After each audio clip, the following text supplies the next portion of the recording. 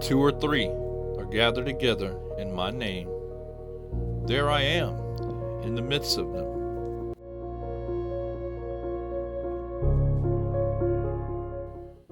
The Bible. It's the most sold, most read, and most translated book in human history. In its current form, combining the Old and New Testaments, it can be traced back in its entirety to the 2nd century, with copies of it still existing today with Codex Sinaiticus.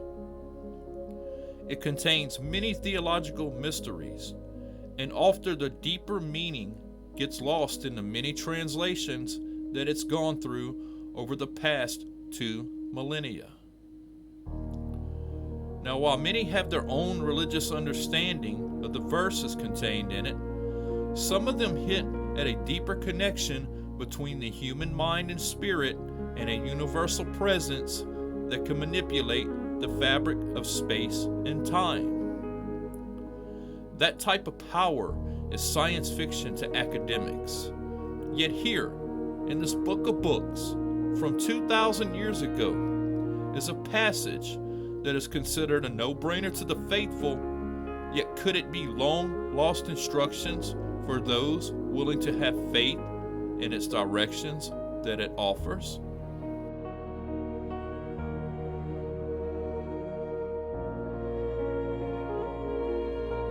Matthew chapter 18, verse 20. For where 2 or 3 are gathered together in my name, there I am in the midst of them. For where 2 or 3 are gathered in my name, there I am among them. For where 2 or 3 are gathered together as my followers, I am there among them.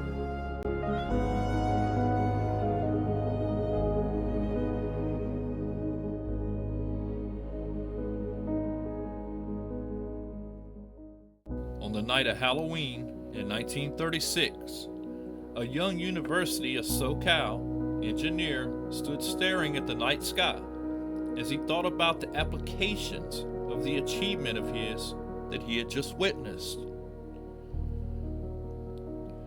Jack Parsons smiled at Caltech's Frank Molina and 3 others after they successfully ignited a small solid-fuel rocket in an isolated area of Pasadena known as Arroyo Seco.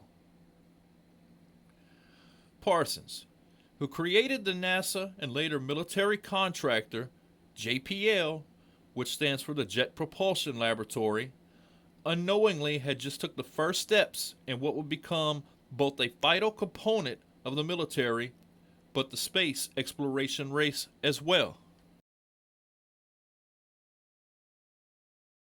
He had practiced the routine leading up to ignition. Now here he was years after first sending a dependable solid-fuel rocket into the night sky. This wasn't his only goal on this particular evening. Being good friends with the infamous dark magician and self-proclaimed beast himself, Aleister Crowley, as well as the father of Scientology, L. Ron Hubbard, the specific night of October 31st was chosen for a certain reason. Being a practitioner of the ancient art of sex magic, Parsons was hoping for a sign that his ritual had been appreciated. The group not only etched their names into history with the successful launch, but Parsons may have been successful with the group's other reason for being out in the middle of the desert in the middle of the night in 1946. As they performed an ancient ritual that was written up by Crowley, who took inspiration from the esoteric author John Dee and his attempts at talking to the gods, they waited in anticipation after trying to evoke a response with the ritual Babylon Rising. Parsons, Crowley, and Hubbard continued their rituals for months in 1946, hoping to see a response from the Scarlet Woman or invoking Crowley's Moonchild in the dark of the California desert.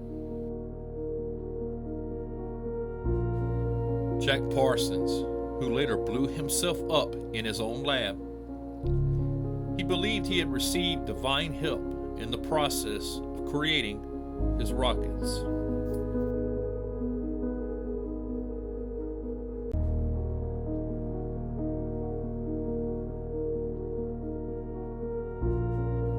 It was a typical night of guard duty on RAF Bentwaters in late December 1980, as was typical for the Joint American and Royal Air Force airfield that set up against Rendlesham Forest.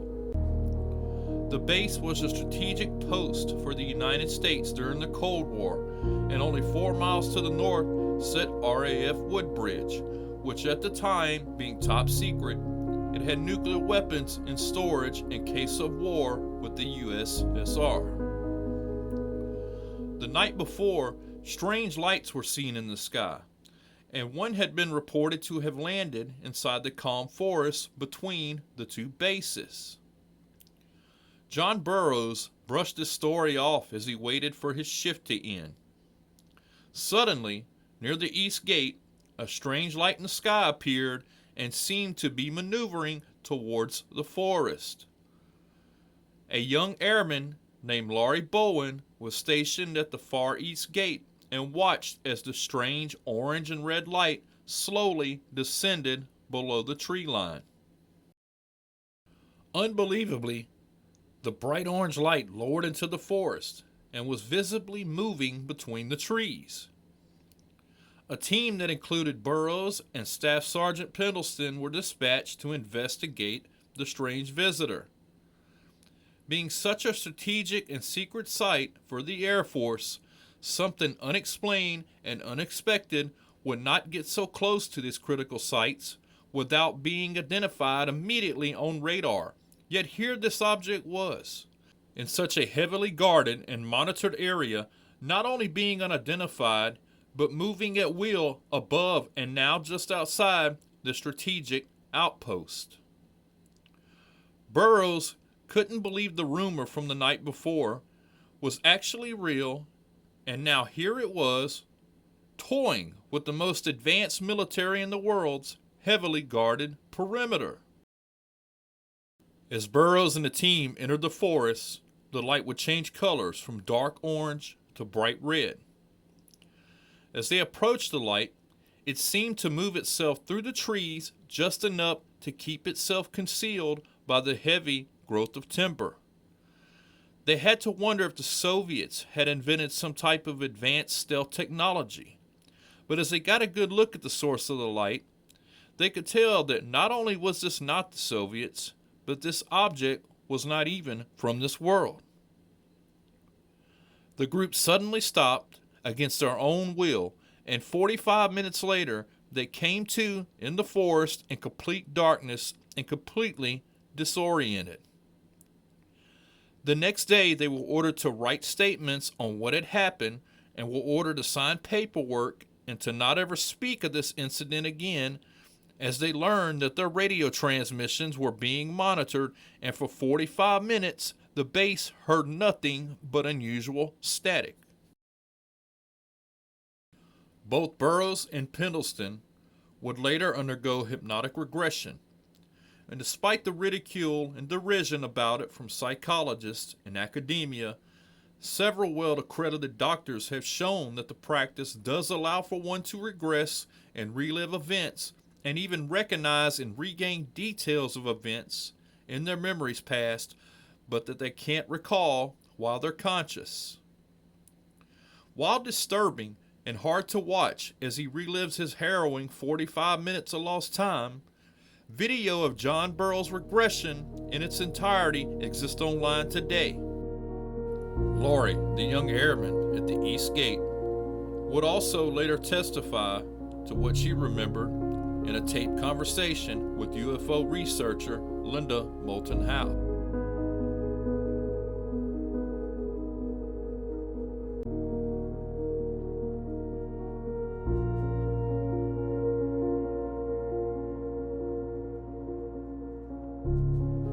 Just a few days later, and across the Atlantic Ocean, coming home from dinner was Betty Cash and Vicki Landrum, along with Vicky's 7-year-old grandson. They started to see a bright light through the pine trees along the State Road 1485 in Denton, Texas.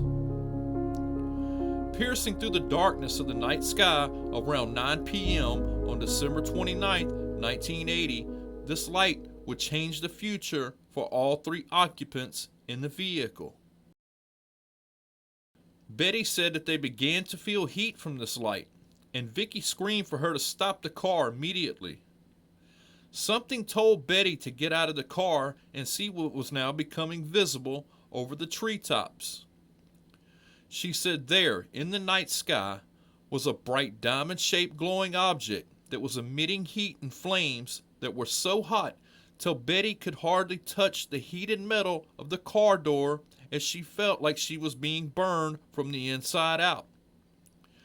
Then as they battled the blazing heat and overwhelming light, the diamond-shaped craft continued on its path, and suddenly they noticed the roar of helicopter blades. The roar of the blades became louder and louder. One, then another, military-looking helicopters gave chase to the object. Vicky counted a total of 22 helicopters pursuing it. As the noise slowly subsided and the quiet sound of nature on a Texas state road on the outskirts of Houston returned, the 3 then headed back home, completely puzzled by the night's events. The next day, waking up suffering from nausea, Vicky noticed that she had a bad sunburn.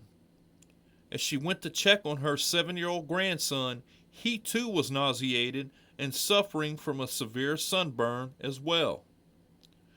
Betty, however, was in much worse condition. She had a dangerously high temperature and red welt marks all over her skin, and then over the next 4 days, as her condition got worse, eventually Vicky talked her into going to the hospital to seek treatment. Betty spent 6 weeks in the hospital and lost most of her hair and had burnt patches on her face, as her and Vicky came to the conclusion that they were exposed to high doses of radiation. The 2 ladies, along with the UFO researcher, were able to pinpoint their exact location where the event occurred, and they found a patch of asphalt that they had concluded had been heated to extreme temperatures. After contacting their state senators, the ladies eventually got a meeting with the military, and the Air Force questioned them for 2 hours. The Air Force said they would review the ladies' claim for medical damages, but 4 weeks later, they received a notice that their medical claim was reviewed and then denied. The ladies were treated by a doctor, and here are his words. From Dr. Brian McClellan, quote, Betty has been diagnosed with several types of cancer. She, Vicky, and Kobe all have white blood cell counts that are far below normal. Their immune systems now have difficulty fighting off even minor infections. Close quote. Betty, Vicky, and Kobe continue to battle illnesses that doctors say could be the result of massive radiation exposure. The ladies famously appeared on a 1989 television show and said that they just only wanted answers to what had happened that late December night in 1980.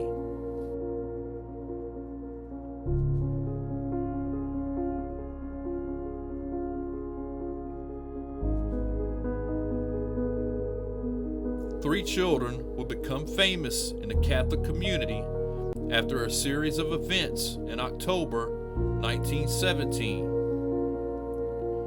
After being visited by what they called angels and then the Lady of the Rosary on multiple occasions while attending their sheep in Fatima, Portugal, in the spring of 1916, the 3 small children had a message from the Holy Mother.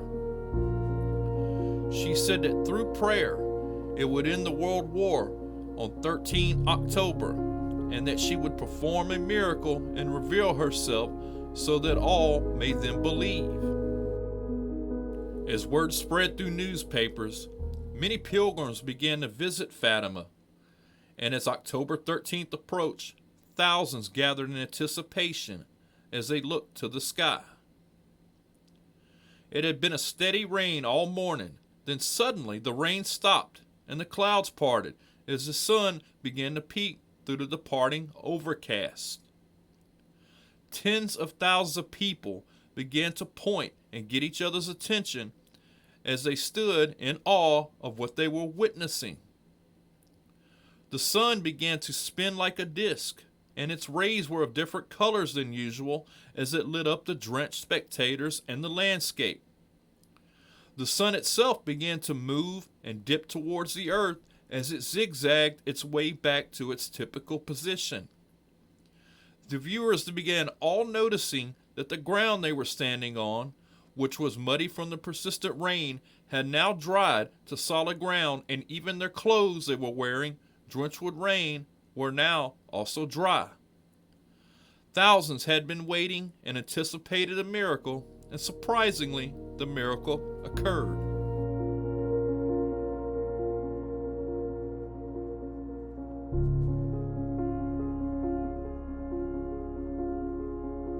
Art Bell, the host of the popular late-night radio talk show Coast to Coast AM, was famous for the topics he covered, as his show was dedicated to the obscure. He brought on guests that would talk about anything from astrophysics to Dogman and other cryptid encounters, along with the paranormal, and became a huge hit as his show was syndicated to hundreds of stations. Art himself, as he entertained what others wouldn't touch, was a believer in many of the topics of his guests. He would host open lines and had a knack for getting the most out of his guests, and he developed a huge following from those up late, the truck drivers, or those working overnight. Art brought on former participants in the CIA's remote viewing project, and he himself believed in this connection between the human mind and the ether, and after talking with professors at SRI, which is Stanford's Psychic Research Institute, they came up with an experiment to test the combined power of the human mind. Art asked his millions of listeners to focus on a particular topic for 15 minutes. He picked an area of the U.S. that had not received rain and was in a drought and had no forecast for rain to occur. As his listeners all began to focus their minds, this area that was in drought suddenly started to finally receive rain as reports of this anomalous occurrence began to make its way to Art's studio in Nevada. Art was astonished at this, and eventually the team and SRI developed a random number generator online for Art's guests to focus on and try to interrupt the randomness.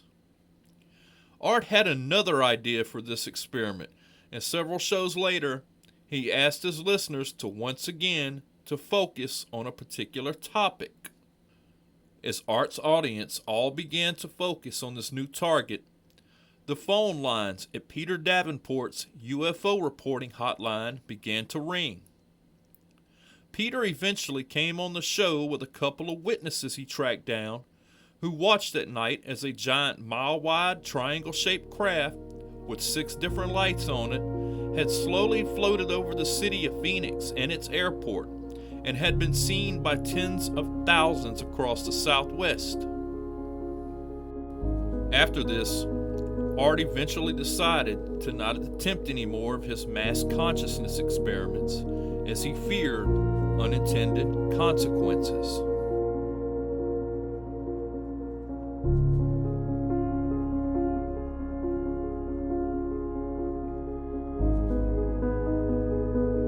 John Burroughs' regression of the events on that late December night in 1980, right off the military base Bentwaters near Rendlesham Forest in Suffolk, England, gave forth many shocking details.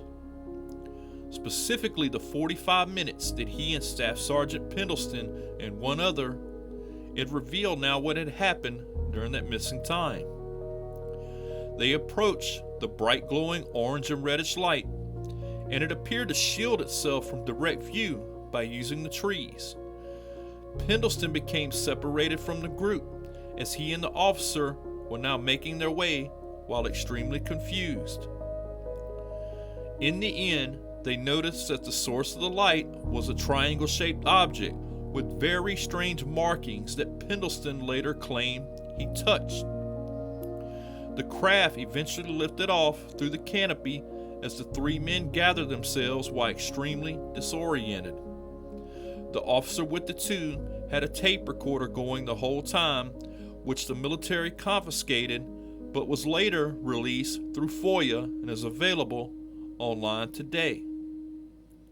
While controversial, Pendleton claimed he received a download of information from the craft that he wrote in his notebook and was written in binary coding.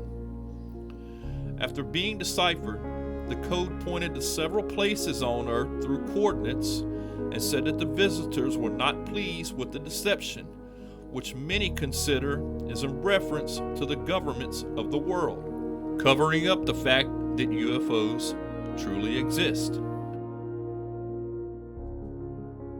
John Burroughs had received damage to his heart, and he still battles with this to this day. Yet he could not receive treatment at the VA because the military said that he had no W-2 form, which is a piece of paper that shows you have served in the military. And as the medical bills piled up, John eventually contacted his state senator at the time, which was John McCain. And McCain eventually persuaded the Pentagon to cough up Burroughs' paperwork, and he now receives treatment at the VA. John Burroughs filed for disability from the military and today receives 100% compensation for the harm that was caused to him by his encounter with the UFO that skeptics say was just a misinterpretation of a flashing light from a nearby lighthouse. Who knew a lighthouse misinterpretation could cause physical harm? When 2 or 3 are gathered in my name, I am amongst them. My name is MJ. Thank you for listening.